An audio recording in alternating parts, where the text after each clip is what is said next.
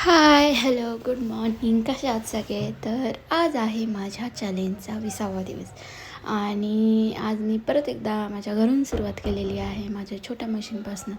Hand machine जी तुम्ही नेहमीच बघितली असेल. तर चला आपण कटिंग करून घेऊया. कटिंगची पूर्ण व्हिडिओ मी तुम्हाला आज दाखवणार आहे. तर इथं मी 4 फोल्ड करून घेतलेले आहे. त्याच्यानंतर बघा हे एक लाईन मी मारून घेतली, कारण वर खाली असतं त्याच्यामुळे. त्याच्यानंतर हे जे आहे ना माझा खांदा, तर खांद्याचं माप जे आहे ना, तर त्याचे 7.5 घेतले मी. आणि जे माझं मोंढा आहे ना, तो पण मी 7.5 घेतलेला आहे. आणि त्यानंतर इथे अशी सरळ रेष मारून घेतलेली आहे. आणि त्याच्यानंतर मी इथे याचं माप घेतलं, आपल्या छातीचं माप, कमरेचं माप आणि सिटघेरचं माप, असे 3 मापं घेतलेले. तर छातीचे जे माप असतं ना, तर जे आपण इथं लाईन मारलेली असते ना, मोंडा अटॅच करून तिथे लाईन तिथंच घ्यायचं आहे. तर जे तुमचं छातीचं माप आहे त्याचा 4था भाग तुम्हाला घ्यायचा आहे.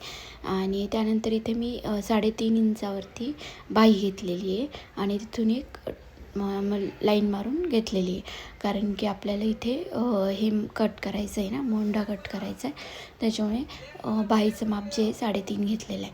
त्याच्यानंतर उंची जी आहे ना कमरेची, तर ती इथे मी 14.5 घेतलेली आहे.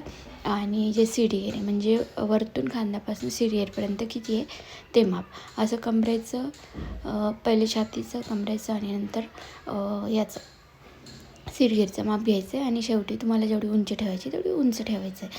तर मी तर 28 घेतलेले उंचीला.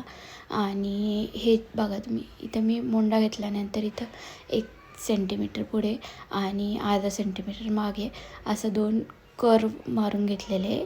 म्हणजे मागचं आणि पुढचं जे आहे ना, तर ते आपलं कापलं जातं व्यवस्थित. आणि त्यानंतर इथे बघू शकता तुम्ही, हे घेतलेलं आहे मी बाहीचं माप 3.5 इंच.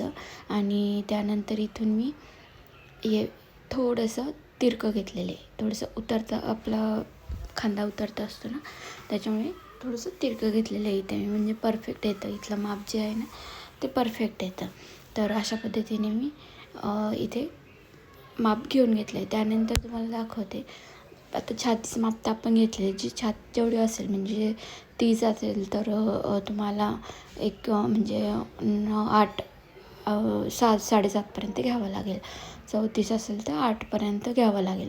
म्हणजे अशा हिशोबाने 4था भाग, म्हणजे जेवढं असेल त्याला डिवायडेड बाय 4 अशा पद्धतीने करायचं आहे. त्यानंतर इथं गळाचा शेप, तुम्हाला जितका गळाचं अंतर पाहिजे तेवढं तुम्ही माप घेऊन आणि घेऊ शकता. मी छोटंच घेतलेलं आहे, कारण की कुठेही जायला यायला कामात येतं घालण्यासाठी. मोठा गळा घेतला तर मग वागताना वगैरे प्रॉब्लेम येतो, त्याच्यामुळे मग छोटाच गळा घेतलेला आहे. त्याच्यानंतर हे बघा, इथं बघू शकता मी हे जे आहे ना कमरेचं माप, ते डायरेक्टच अंगावर घेऊनच त्याला डिवायडेड बाय 4 केलेलं आहे.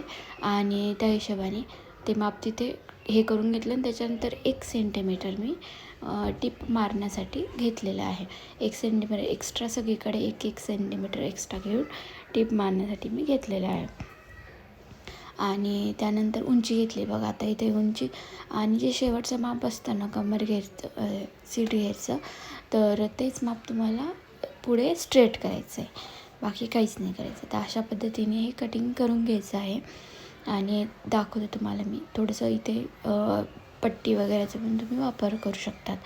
आणि खूप काही यूट्यूबला पण खूप सारे व्हिडिओ आहेत, इझी कटिंग. एकदा आपल्याला असं वाटतं कटिंग म्हणजे बघताना की खूप इझी आहे, पण जेव्हा कटिंग करतो ना आपण, म्हणजे घ्यायला बसतो तेव्हा मगच माप वगैरे कसं कापायचं, कोणत्या साईडने कापायचं, हा प्रॉब्लेम येतो. आता इकडच्या साईडने मी पूर्ण बंद बाजू आहे, त्या साईडने पूर्ण ओपन बाजू आहे, अशा पद्धतीने मी कापड ठेवून घेतलेले आहे. तर मला वाटलं की 2 मीटरचं कापड लागेल, पण नाही, 2 मीटरपेक्षा खूपच कमी कापड लागलेलं आहे.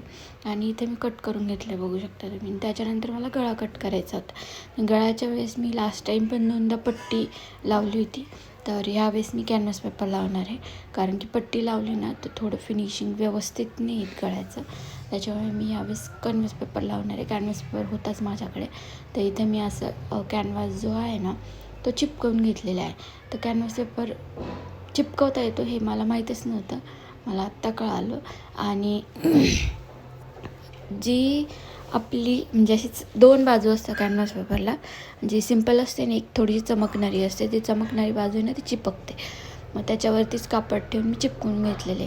थोडीशी आयडिया पण इथं मला भेटली, तर मी कागद वगैरे लावून चिपकून घेतलं, म्हणजे पटकन चिपकलं गेलं. आणि त्यानंतर इथे बघा मी बाही कापते. तर बाहीचं माप कसं घ्यायचं आहे तुम्हाला सांगते. बाही 4 फोल्डच करून घ्यायचं. त्याच्यानंतर जो आपला मुंडा असतो ना, त्याला थोडंसं 1 म्हणजे अर्धा इंच तुम्हाला एक्स्ट्रा घ्यायचं आणि वरतून 3 इंच कट घ्यायचं. तुम्हाला 3 थोडंसं जाड असेल तर मग 4 इंच घ्यायचं आणि त्यानुसार इथं मार्क करून घ्यायचं. हाईट वगैरे मार्क करायची. खाली मी इथं हाईट वगैरे मार्क केली. आणि त्यानंतर तुम्हाला ह्या दोघी साईड ज्या आहे ना, तर त्या व्यवस्थित अशा हे करून घ्यायच्या, जोडून घ्यायच्या. आणि तुम्ही 1 इंच तुम्ही वाढवू शकता टिपा मारण्यात आणि कट करून घ्यायचं. त्यानंतर इथे बघा, इथे मी कॅनव्हास पेपर ठेवून गळा मापून घेतला आहे. त्या कॅनव्हासवरच मी कुर्ती काढून घेतली आणि त्यानंतर कट करून घेतलं आणि इथे दाबटीप घेऊन घेतली. 2 पद्धतीने दाबटीप घेतली मी. त्याच्यामुळे थोडं फिनिशिंग खूपच छान आलं या गळ्याचं माझं. आणि सेम पुढचा गळा जसा शिवला आहे त्याच पद्धतीने मी मागचा गळाही शिवून घेतलेला आहे. हे बघा असं इकडून 3.5 इकडून 3.5 इंच जे आहे ना, म्हणजे बाहीचं माप आहे ना, ते सोडून द्यायचं, मार्क करून घ्यायचं आणि मगच तो कॅनव्हास पेपर हलू नये म्हणून पिन वगैरे लावून घेतली मी. आणि त्यानंतर इथं असं गळा कट करून घेतला आहे बघा. हे मी इथे गळा टीप मारून घेतली आणि त्यानंतर हा असा मध्ये ठेवून याला अशी दाबटीप मारून घेतली, 2 टिपा मारून घेतल्या. त्याच्यामुळे फिनिशिंग खूप छान येतं आणि स्ट्रेट दिसतो गळा. आणि मी पहिली पट्टी लावली होती मागच्या वेळेस, तेव्हा थोडंसं असा गडबडला होता. आणि हे कापड जरा असं ओढतं आहे ना, म्हणजे थोडं स्ट्रेचेबल आहे. त्याच्यामुळे मग त्या सेम कापडाचं मी लास्ट टाईम माझ्या बहिणीसाठी शिवलं, तर त्याच्यावर मला अनुभव आला पट्टी लावण्याचा. तर तो काय व्यवस्थित आलाच नव्हता. त्याच्यामुळे म्हटलं नाही, ह्यावेळेस कॅनव्हासच लावा. आणि आईकडे होते, आईकडे काही कॅनव्हास नव्हता, माझ्याकडे होता इथे कॅनव्हास, म्हणून मी आता कॅनव्हासचा उपयोग केलेला आहे. तर खरंच उलट आहे ना, लोक म्हणतात अस्तरचे जे असतात ते अवघड असतं, पण अस्तर शिवायला सोपं असतं. कारण की ते एकमेकांना जॉईन करून त्याचं जे फिनिशिंग येतं गळ्याचं वगैरे त्याचं खूप छान येतं. पण हे बिना अस्तरचंच मी शिवले, कारण कापड चांगलं होतं, त्याच्यामुळे बिना अस्तरचंच शिवले. आणि ही जी बाही आहे ना, बाही त्याच्यासाठी मी ना लेस लावून घेतली. तुम्ही बघू शकता, हे ब्लॅक कलरची लेस आहे. तर ही मी लेस दाखवलीच होती लास्ट टाईम मी आईकडे गेली होती, तेव्हा लेस घेऊनच आली होती. त्याच्यामुळे मी लेस लावून घेतली. आणि त्याच्यानंतर आहे ना, लेस पूर्ण लावल्यानंतर हे बघू शकता तुम्ही, साईडनी टीप मारायची. बाई तर तुम्हाला माहिती कशी लावायची. बाई लावल्यानंतर पूर्ण साईडनी टीप मारून घ्यायची. आणि जे शेवटचे तुम्हाला कट आहे ना, तर ते 6-6 इंचाचे मी घेतलेले आहे. तर 6-6 इंचावरती मी कट घेतलेले, त्या हिशोबाने मी खाली टिपा मारलेल्या आहे. आणि खालच्या साईडलाही बघू शकता तुम्ही, मी लेस लावून घेतलेली आहे. तर अशा पद्धतीने दोघी साईडनी बाहीला आणि फ्रंट साईडनी खालच्या साईडला मी लेस लावून घेतली. त्याच्यामुळे ना त्याचा लूक एकदम भारी दिसतो. चला, मी तुम्हाला आता पूर्ण झालेला जो ड्रेस आहे तो दाखवते. हा बघा कसा वाटला तुम्हाला, मला नक्की कमेंट करून सांगा. आणि हो, माझी मशीन पूर्ण खराब झाली आहे, म्हणजे मलाच कळत नाही नेमकं काय झालेलं आहे. तर वाघोलीमध्ये कोणतं शॉप असेल होलसेलमध्ये कोणी रिपेअर करत असेल तर मला नक्की कमेंट करा.